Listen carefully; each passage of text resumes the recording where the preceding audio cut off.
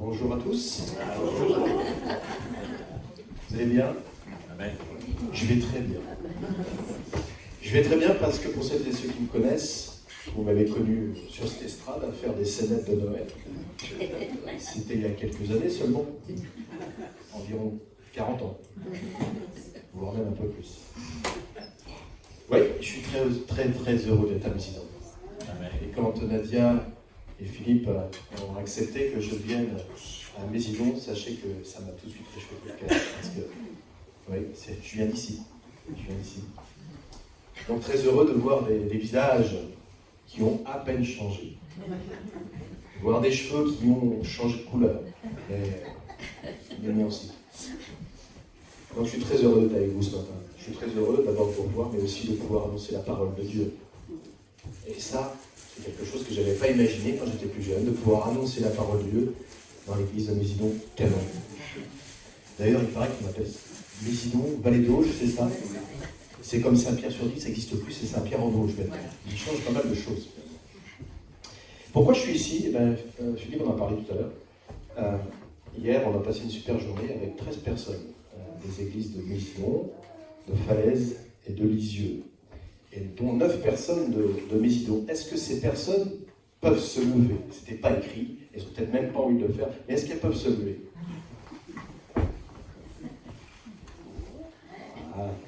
Ça, Ces personnes, elles ont participé à un parcours de générosité. Et c'est quoi ce parcours de générosité? Eh bien, c'est ce que j'anime dans les églises en France maintenant, depuis quelques mois. J'ai donc quitté mon travail séculier pour m'engager à 100% dans une association chrétienne qui s'appelle Générosité en Action.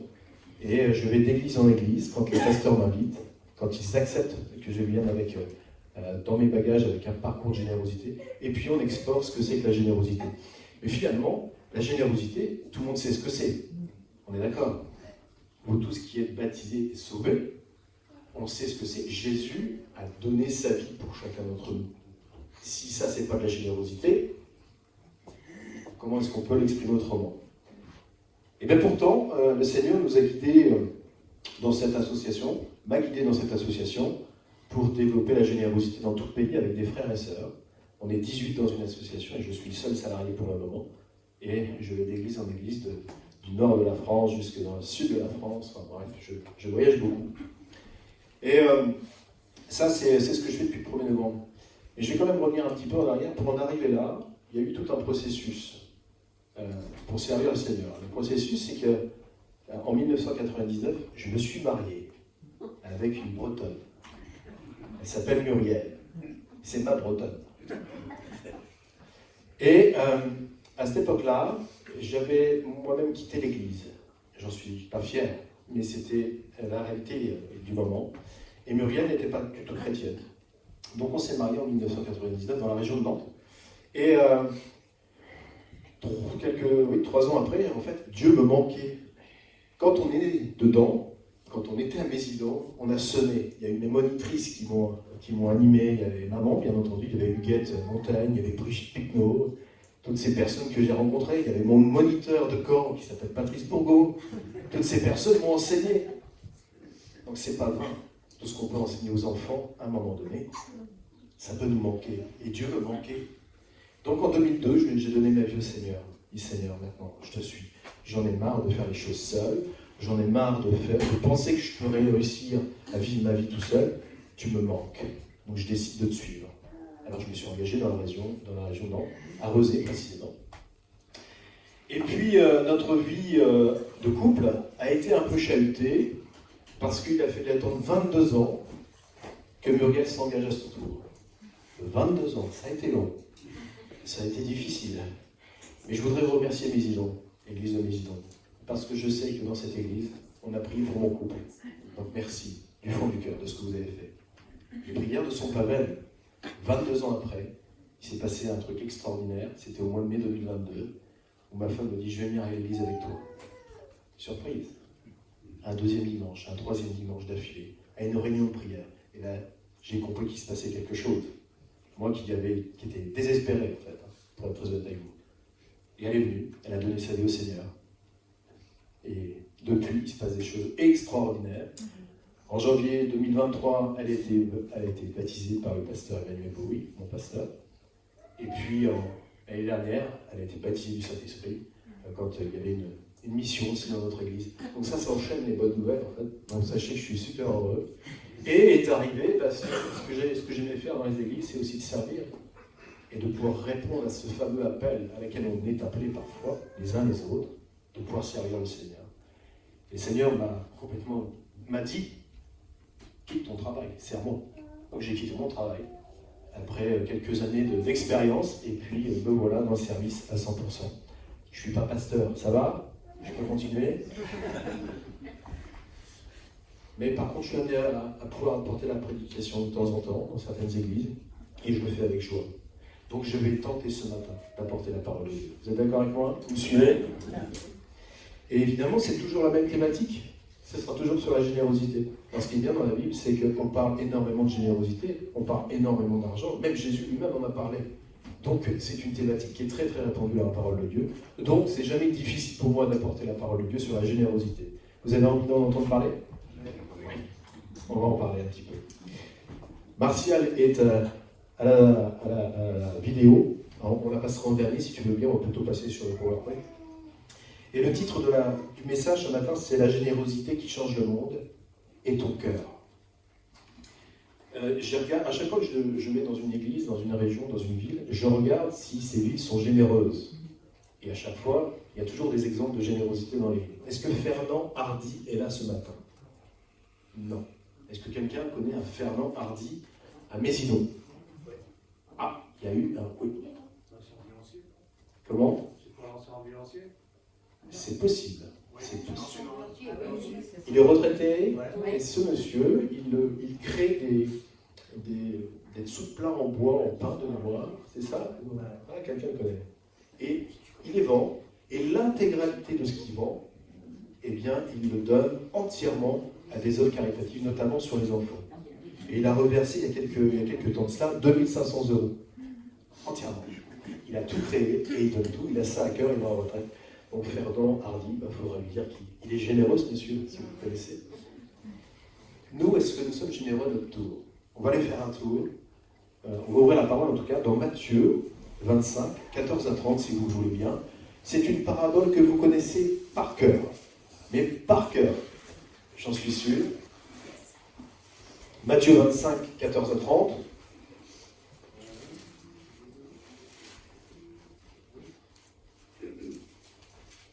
Je ne sais pas si ce sera diffusé, mais en tout cas, je vais vous lire. Matthieu 25, 14 à 30. Moi, j'ai la version second 21. Ce sera en effet pareil au cas d'un homme qui... Alors, l'accessoire indispensable quand on a 50 ans, c'est quand même de mettre ses lunettes. Je force depuis tout à l'heure. Ah ben tu me dis. Ce sera en effet pareil au cas d'un homme qui, partant pour un voyage, appela ses serviteurs et leur remit ses biens. Il donna 5 sacs d'argent à l'un, 2 à l'autre et 1 au troisième. À chacun selon sa capacité. Puis il partit aussitôt. Celui qui avait reçu les 5 sacs d'argent s'en alla travailler avec eux et gagna 5 autres sacs d'argent. De même, celui qui avait reçu les 2 sacs d'argent en gagna 2 autres. Celui qui n'en avait reçu qu'un alla creuser un trou dans la terre et cacha l'argent de son maître. Longtemps après, je répète, longtemps après, le maître de ses serviteurs revint et leur fit rendre des comptes. Celui qui avait reçu les 5 sacs d'argent s'approcha, en apporta 5 autres et dit « Seigneur, tu m'as remis 5 sacs d'argent, en voici 5 autres que j'ai gagnés. » Son maître lui dit « C'est bien, bon et fidèle serviteur, tu as été fidèle en peu de choses, je te confierai beaucoup. Viens partager la joie de ton maître. » Celui qui avait reçu les 2 sacs d'argent s'approcha aussi et dit « Seigneur, tu m'as remis 2 sacs d'argent. En voici 2 autres que j'ai gagnés. » Son maître lui dit « C'est bien, bon et fidèle serviteur, tu as été fidèle en peu de choses. Je te confierai beaucoup. Viens partager la joie de ton maître. » Celui qui avait reçu qu'1 sac d'argent s'approcha ensuite et dit « Seigneur, tu savais que tu es un homme dur, tu moissonnes où tu n'as pas semé et tu récoltes où tu n'as pas planté. Tu as eu peur et j'ai eu peur, J'ai eu peur et je suis allé cacher ton sac d'argent dans la terre. Le voici, prends ce qui est à toi. » Son maître lui répondit, « Serviteur mauvais et paresseux, tu savais que je moissonne où je n'ai pas semé et que je récolte où je n'ai pas planté. Il te fallait donc remettre mon argent au banquier et à mon retour, j'aurais retiré ce qui est à moi avec intérêt. Prenez-lui donc le sac d'argent et donnez-le à celui qui a les 10 sacs d'argent. En effet, on donnera à celui qui a et il sera dans l'abondance. Mais à celui qui n'a pas, on enlèvera même ce qu'il a. Quant au serviteur inutile, jetez-le dans les ténèbres extérieures. C'est là qu'il y aura des pleurs et des grincements de dents. » Amen. Amen. Selon les versions que l'on utilise, ces fameux sacs d'argent, certaines versions vont parler de sacs d'or, d'autres ça va être des lingots. J'ai même vu cette version. Alors j'ai été voir combien coûte un lingot d'or actuellement. Combien coûte un lingot d'or d'1 kilo? C'est pas gros, hein. Est-ce que vous savez combien coûte un lingot d'or? Peut-être qu'il y a des frères et sœurs qui ont des lingots d'or. Moi, j'en ai pas encore. Combien? 70 000 euros. 90 000 euros. Proche. Donc, vous imaginez, je vous laisse faire la multiplication du premier. Il avait 5 sacs d'argent, donc 5 lingots d'or. Alors, les mathématiciens qui sont dans cette salle, 5 fois 90 000 euros, ça fait combien? 450 000 euros. Donc, le maître confie 450 000 euros au premier serviteur. Le deuxième, un petit peu moins, 180 000, c'est déjà pas mal, et puis le dernier, 90 000. C'est quand même pas rien. C'est quand même pas rien.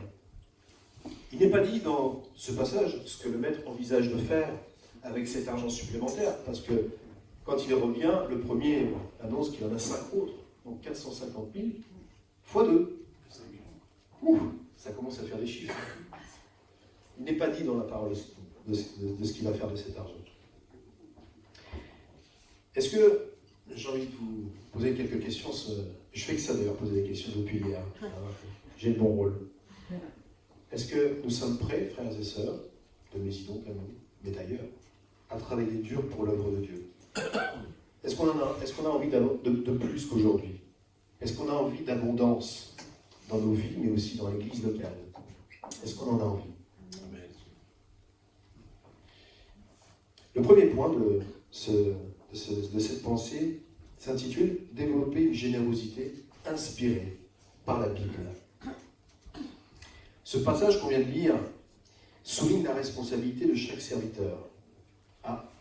Que chaque serviteur a envers les biens qui lui ont été confiés. On est d'accord? Quand on reçoit 5 sacs d'argent, 5 lingots d'or, quand on en reçoit 2, quand on en reçoit qu'un, selon nos capacités, nous sommes donc responsables de ce que le maître nous donne. Là, on parle d'argent, mais chacun d'entre nous, nous avons des talents. Chacun d'entre nous avons des talents. Hier, dans ce parcours de générosité, ça a poussé un petit peu ce qu'on n'a peut-être pas l'habitude de dire, de parler, mais j'ai entendu beaucoup de belles choses. Nous avons tous des talents que le Seigneur nous a donnés et parfois, on n'exerce pas grand-chose avec ces talents, parce qu'on n'ose peut-être pas les exercer. Parce qu'on se dit peut-être que non, on ne fait pas ça dans une église. On ne fait pas ça parce que, d'abord, je ne l'ai jamais vu ni entendu. Faites-moi confiance qu'il y a quelques mois, si je reprends une année en arrière, moi, je n'avais jamais vu un gars qui va d'église en église parler de générosité. J'avais jamais vu ça. Enfin, peut-être que vous en avez vu, vous, mais moi, j'en ai jamais vu.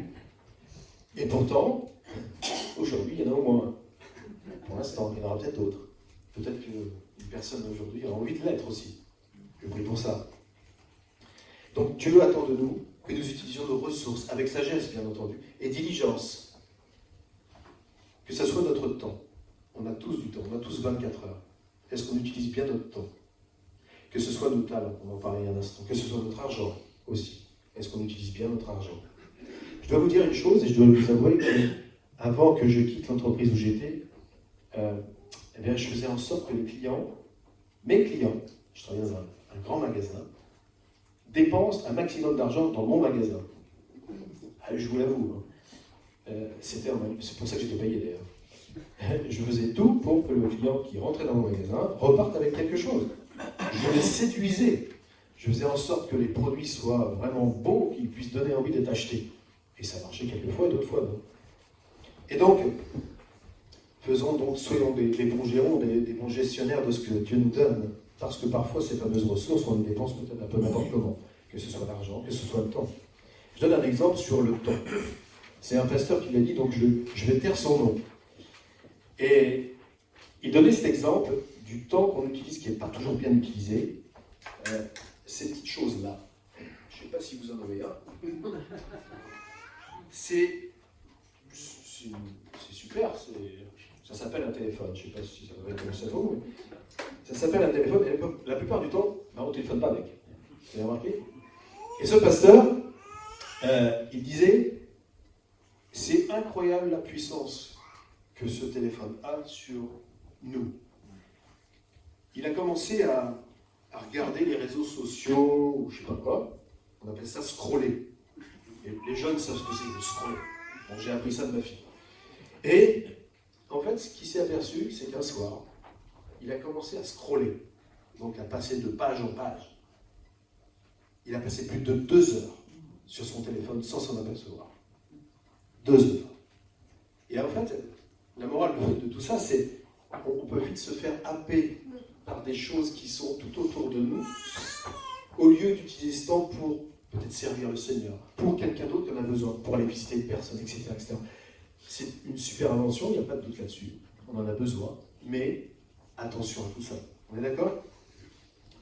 Peut-être qu'il y a des personnes qui scrollent au milieu de la salle, hein, mais peut-être qu'il faut mettre l'accent dessus parce que ce temps qu'on utilise à faire ça, on ne le fait pas à faire autre chose.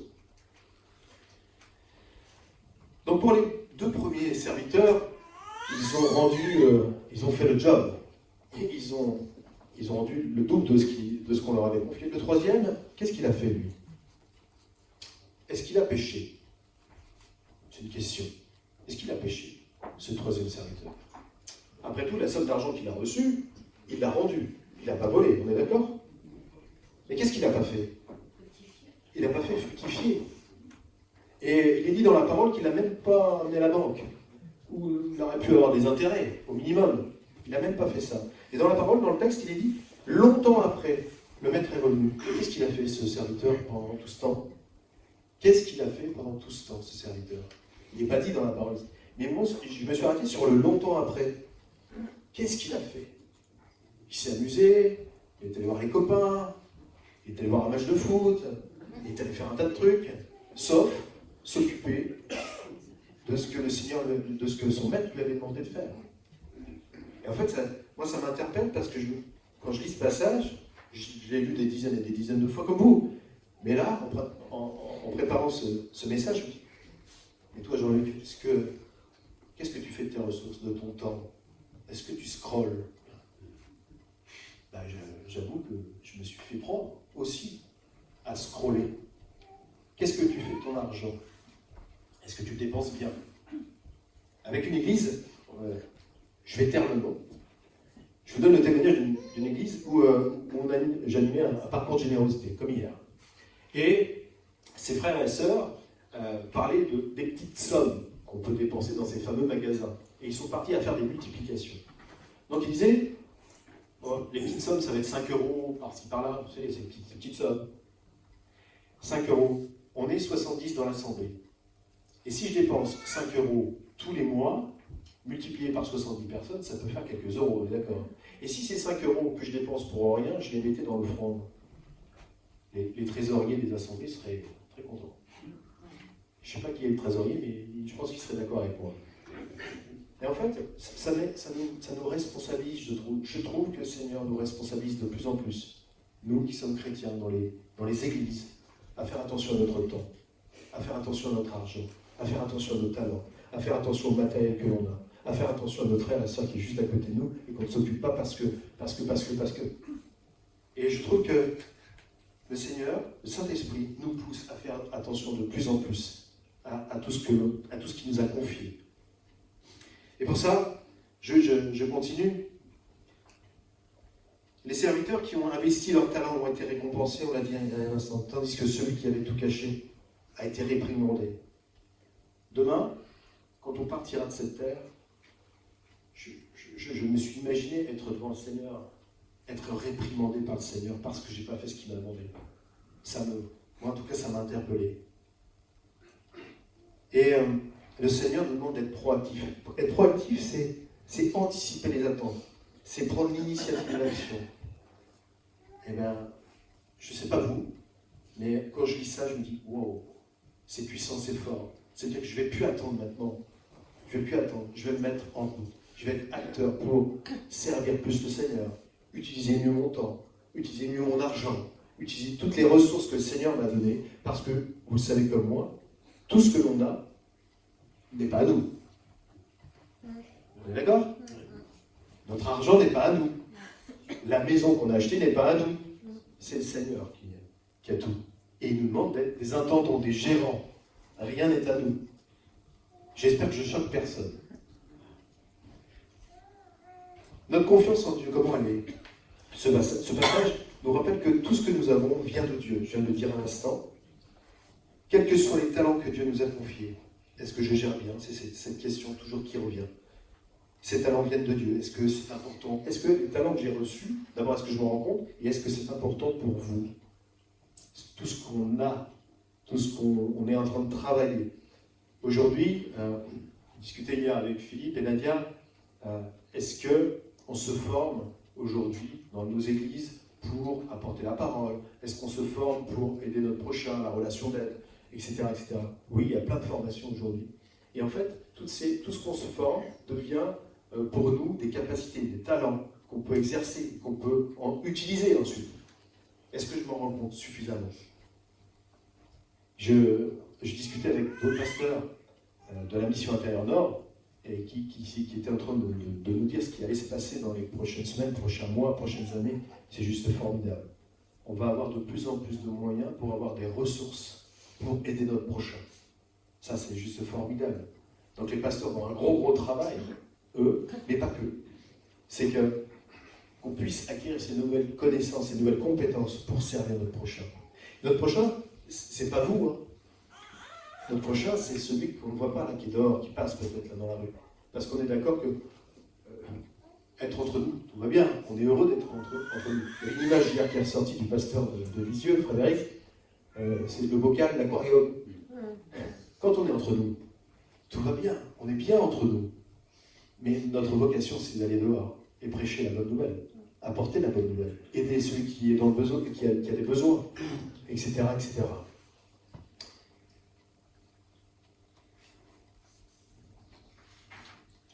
Deuxième point de la parole, la puissance d'une génération qui change le cœur. La puissance d'une génération qui change le cœur. Merci. Mère Teresa, que vous avez certainement entendu, a dit « Ce qui compte, ce n'est pas ce que l'on donne, mais l'amour avec lequel on donne. » Petite subtilité, hein. Je répète, ce qui compte, ce n'est pas ce que l'on donne, ce n'est pas le montant qu'on donne, c'est comment je le donne. Mais l'amour avec lequel je le donne. Et je vous propose de voir quelques actions qu'on pourrait mettre en place très rapidement. La première action, ce serait, vous allez voir, elle est difficile. La première action, c'est étudier. C'est pas si difficile que ça d'étudier. Quels sont les passages dans la parole de Dieu où on parle de générosité ? Il y en a un que vous connaissez forcément. C'est Actes 20-35. Vous connaissez ? En tout, je vous ai montré qu'il faut travailler ainsi pour soutenir les faibles et se rappeler les paroles du Seigneur, puisqu'il a lui-même dit, il y a plus de bonheur à donner qu'à recevoir. Cela peut vous aider à comprendre l'importance de la générosité. On est d'accord ?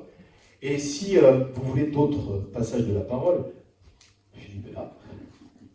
Je crois qu'il y a Maurice qui est là, qui apporte la parole. Je crois qu'il y a Patrice aussi, peut-être d'autres frères et sœurs qui connaissent la parole. N'hésitez pas à demander les passages où on parle de générosité.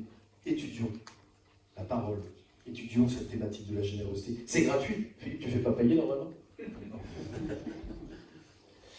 Deuxième action, c'est fixer des objectifs clairs. On a le droit de se fixer des objectifs clairs.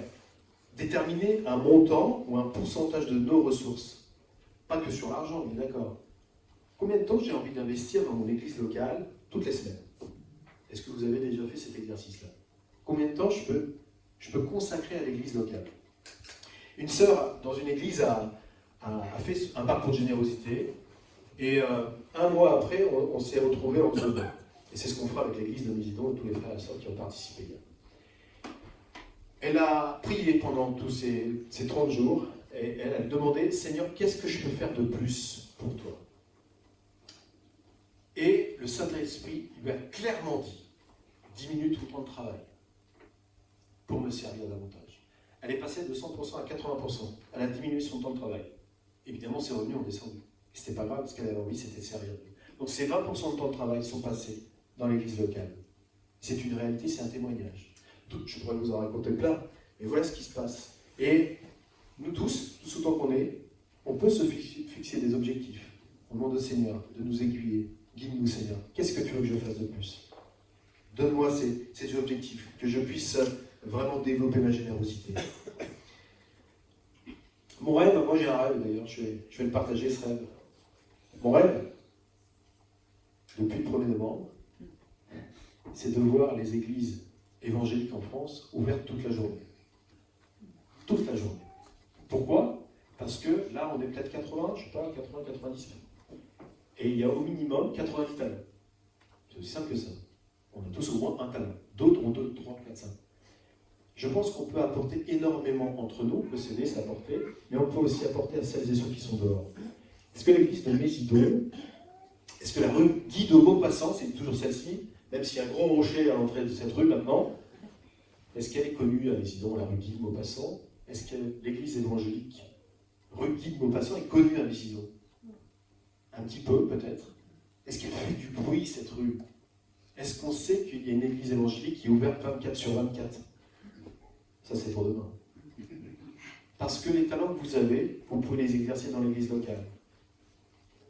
Je parle avec mon épouse qui parle beaucoup mieux l'anglais que moi, et je lui disais, tu peux apporter des cours d'anglais à des enfants qui sont comme moi, qui ne sont pas très doués en anglais. Est-ce que c'est un service? Est-ce que c'est un talent de pouvoir apporter un enfant qui est en décrochage scolaire, par exemple, avec des cours d'anglais? Oui, ça l'est. Oui, ça l'est. Est-ce que vous qui avez à cœur peut-être ceux qui sont des familles défavorisées, j'ai entendu des témoignages hier dans cette église, des personnes qui s'occupent des autres, dans la précarité. Est-ce que demain, l'église de Mésidon-Canon peut mettre en place une association caritative? Est-ce qu'on peut créer une association caritative pour les autres? Une banque alimentaire, etc., etc. Il y a tellement de choses à faire, tellement de choses à faire. Est-ce que l'église de Mésidon est connue des autorités locales?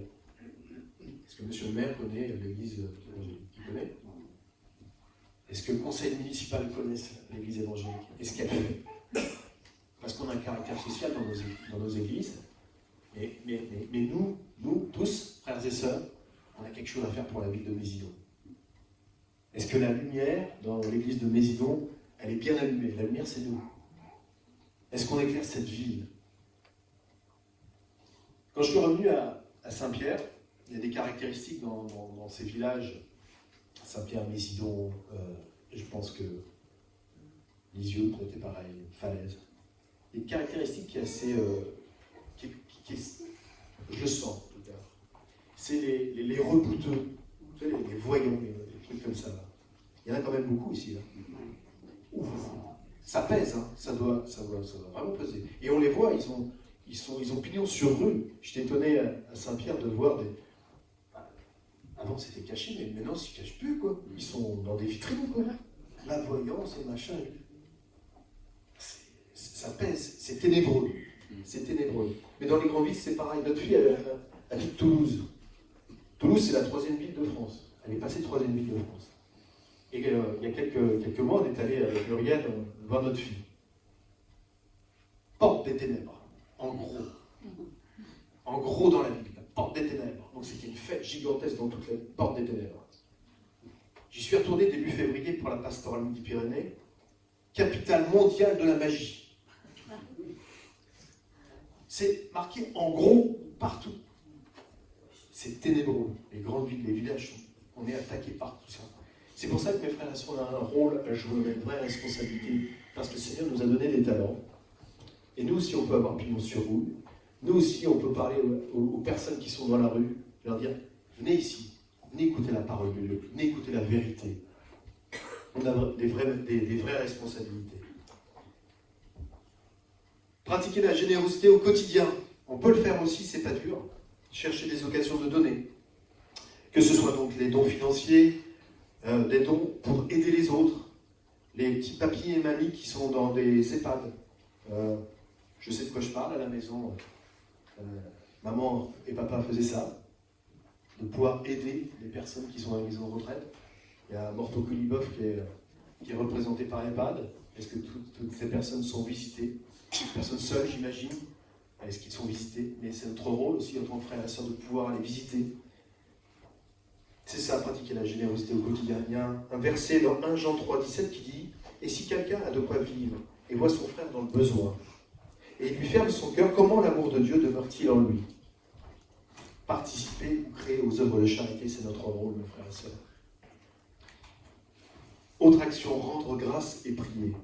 Ça, on le fait normalement, on est d'accord? Remercier Dieu pour les ressources que nous avons. Parce que parfois, il n'y a pas très longtemps, avec Muriel, ma femme, j'ai dit, on va quand même prier pour tout ce qu'on a quand même. Et ce qu'on a, c'est des vêtements. À toi. Ça peut paraître banal, mais parfois je trouve qu'on passe trop vite à côté des choses qu'on a, que le Seigneur nous donne, qu'il nous a confiées. Merci Seigneur, parce que tout le monde sur la planète n'a pas tout ça. On est en France.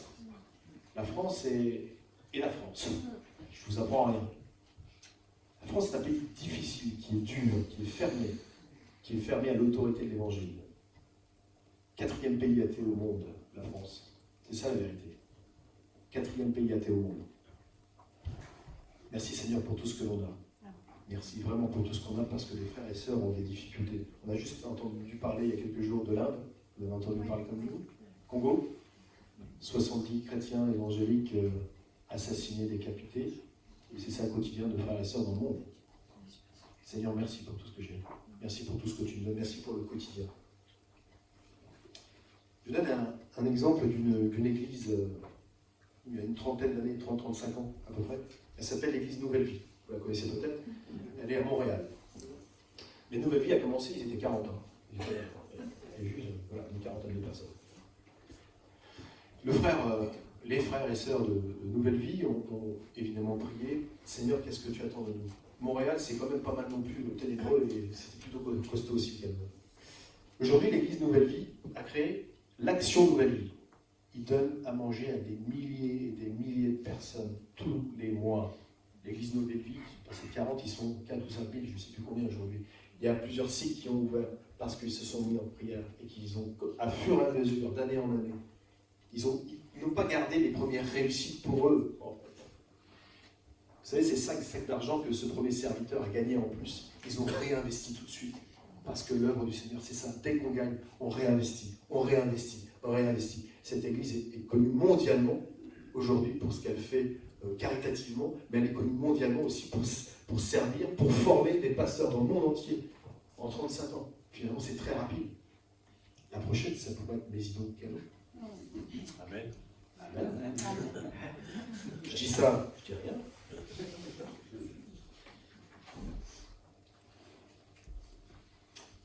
Prenez le temps de réfléchir régulièrement à notre pratique de générosité. Quelles sont les choses qui ont bien fonctionné? On va en parler des choses qui fonctionnent bien. Et des fois, il y a des choses qui fonctionnent moyennement bien. Mais c'est pas grave, ça fonctionne. On se reprend, on commence, on change, on modifie. Seigneur, j'ai envie de te servir, je ne veux pas te décourager parce que ça n'a pas marché une fois. Ça peut arriver. Mais je veux te servir parce que je sens que j'ai ça à cœur. Seigneur, tu veux vraiment, je sais que tu vas me donner les moyens de réussir. Donc, on peut modifier, on peut changer notre façon de faire. La générosité, c'est bien plus qu'un simple don, c'est donner bien au-delà de ce qu'on pourrait espérer. Et il y a une bonne nouvelle. Vous voulez une bonne nouvelle? Nous pouvons tous être généreux. Amen? Amen. Mais fait peur. La générosité, c'est une habitude que nous pouvons commencer dès aujourd'hui. Un frère hier me disait, mais en fait, j'ai toujours été enseigné ça a toujours été mon mode de vie, la générosité. C'est chouette.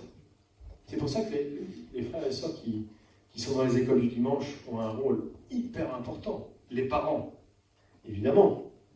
Quand à l'époque, on parlait de cette petite pièce que nos parents nous donnaient, et puis on devait mettre dans le tronc de l'école du dimanche. D'ailleurs, ma classe d'école du dimanche est devenue le café. On a fait drôle. Mais c'était ça notre habitude, de pouvoir donner cette petite pièce. Et ça, mine de rien, c'est gravé dans notre disque dur, on va l'appeler comme ça. Et quand on est grand, quand on a donné notre vie au Seigneur, qu'est-ce qui n'est pas difficile à faire? C'est donner l'offrande. Et c'est pour ça que le rôle des moniteurs, des monitrices, des parents, des jeunes parents, de pouvoir donner cette habitude. Parce que demain, ça fera quelque chose de normal. Ça ne sera pas dur. C'est pas difficile d'être généreux quand on a été éduqué comme ça. D'accord ou pas? La générosité, ça vient du préfixe j'aime, G-E-N, générosité, d'accord? Et ça veut dire j'aime sans fin. Sans fin. Il n'y a pas de ligne d'arrivée. Ça ne s'arrête pas. Si je suis généreux, il n'y a pas de fin. La générosité, ce n'est pas juste donner, c'est donner sans fin. C'est donner au-delà de ce que l'on pourrait penser. Je regarde l'heure, parce que je ne vois pas la pendule. Je suis pas là. Vivre généreusement revient à croire que Dieu nous a donné assez de ressources financières, de temps, de talent aussi, que nous puissions les partager aux autres. Il y a un proverbe chinois qui dit, écoutez bien, si tu veux être heureux 1 heure, fais une sieste. En Normandie, est-ce qu'on pratique la sieste? Oui, j'en suis sûr. Si tu veux être heureux 1 jour, va à la pêche. Si tu veux être heureux 1 an, hérite d'une fortune. Si tu veux être heureux toute ta vie, aide quelqu'un. Pas mal le proverbe. C'est pas mal celui-là. Mais tiens, il faut que je le partage à la maison. Je vous propose de regarder une vidéo. Les frères et sœurs d'hier l'ont déjà vu, mais j'avais envie de vous la proposer ce matin. On va aller faire un tour en Inde, dans le nord-est de l'Inde. On va aller voir ce que les frères et sœurs, comment ils expriment leur générosité dans la pauvreté. Est-ce que c'est possible d'être pauvre et d'être généreuse selon vous? C'est assez dur à imaginer d'ailleurs. Nous qui sommes français, dans un pays occidental, etc., etc. Je vous propose de regarder, elle dure 6 minutes, ça va aller? Partez pas. Hein. Et on va ça.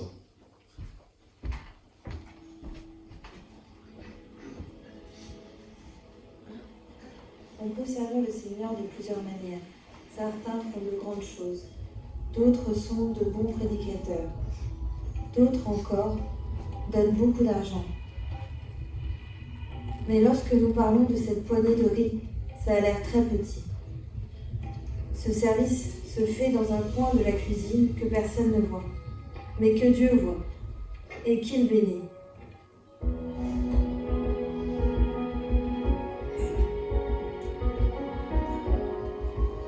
Tous les jours, les femmes ordinaires de l'État de Mizoram, dans le nord-est de l'Inde, sont le fer de lance d'une révolution qui balaie le monde missionnaire. Le mouvement Bhufaitam, ou encore une poignée de riz.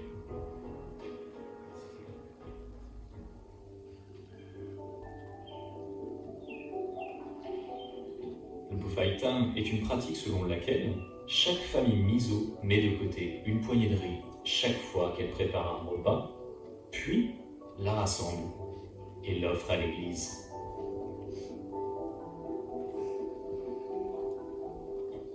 L'église, à son tour, vend le riz et génère des revenus pour soutenir son œuvre.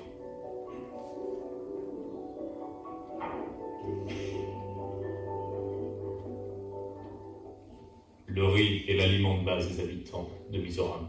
Vous donnez ce qui est basique, essentiel, fondamental à votre vie. Vous le partagez avec Dieu. Le ministère de la poignée de riz commence à Mizoram en 1910. À l'époque, peu de personnes connaissaient l'Évangile. L'Église a donc pensé qu'il fallait des femmes de la Bible pour répandre l'Évangile de Jésus-Christ. Les femmes de la Bible sont des femmes soutenues localement pour l'évangélisation.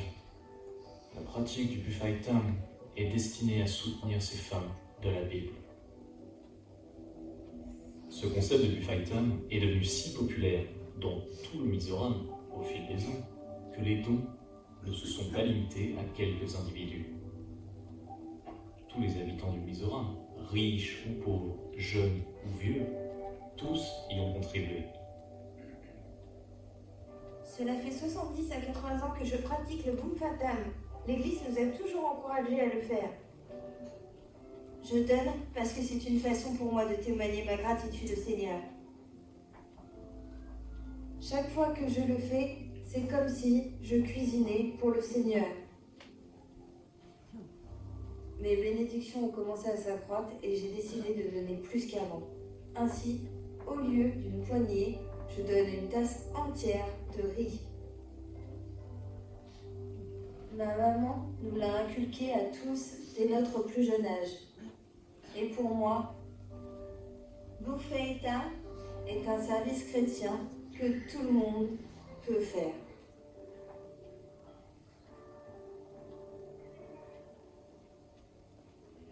Aujourd'hui, 95% des 900 000 Misos sont chrétiens. Une église forte et dynamique a vu le jour.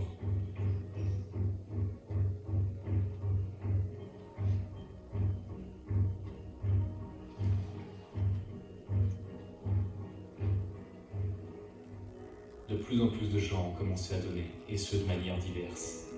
Ils donnent du riz, des légumes, du bois de chauffage et d'autres produits, ainsi que de l'argent, en plus de la dîme qu'ils versent régulièrement à l'église. Les églises du Mizoram sont désormais autosuffisantes. On peut citer l'exemple de l'église presbytérienne de Mizoram, la plus grande église du Mizoram, qui compte environ 500 000 membres. En 1914, la vente d'une poignée de riz a remporté 80 roupies, l'équivalent de 1,5 $ américain. Nous ne recevons aucun financement extérieur. Nous suscitons nous-mêmes tout l'argent dont nous avons besoin.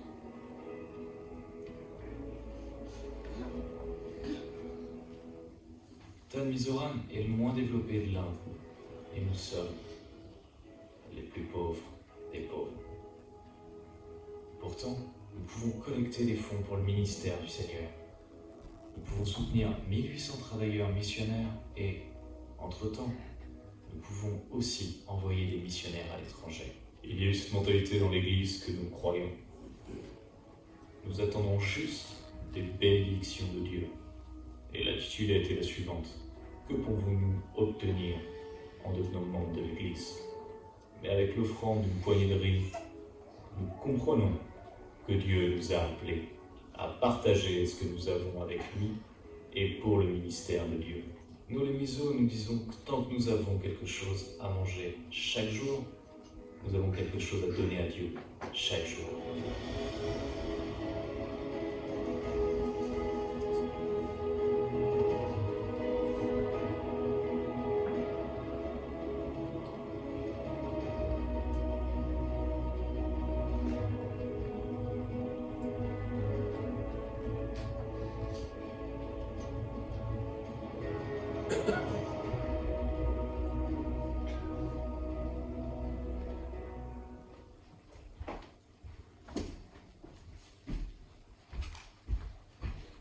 Ce qui peut se passer dans un autre pays, dans le monde, ça fait un peu un choc de culture, hein, évidemment. Le but, c'est pas de dire je vais tout faire comme eux, parce que le Seigneur nous parle individuellement. Il y en a tous quelque chose à faire individuellement, et parfois, ça peut être tout un mouvement qui se met en route. 500 000, non, ça fait rêver. Les assemblées de Dieu de France, c'est 40 000. L'objectif de cette présentation, c'était vraiment de nous interpeller aussi dans notre quotidien. Parce que je trouve, moi j'en fais partie en tout cas, des fois on ne s'aperçoit pas, on est dans notre vie, dans notre train de vie, qui va à toute allure, et finalement on se rend plus compte de tout ce que l'on a, et on se rend plus compte de ce que les autres ont besoin. Et ce que celui qui est à côté de nous, qui a des besoins, on s'en aperçoit même plus. Et je trouve que c'est pas notre rôle en tant que chrétien, au contraire, c'est de nous prendre et de nous dire, mais Seigneur, Je veux me rendre compte, je veux me remettre en question, Seigneur, sur ma façon d'être. Je veux me remettre en question sur ma façon de faire. Je veux me remettre en question sur ma façon de donner. Je veux me remettre en question de tout ce que j'ai. Je veux faire un inventaire complet de tout ce que j'ai et refaire une réinitialisation, une mise à jour du bonhomme. Parce que il y a trop de choses à laquelle je passe, il y a trop de besoins pour que je me contente de donner seulement ce que je peux. Il y a quelque chose de plus. Je vous propose de prier maintenant.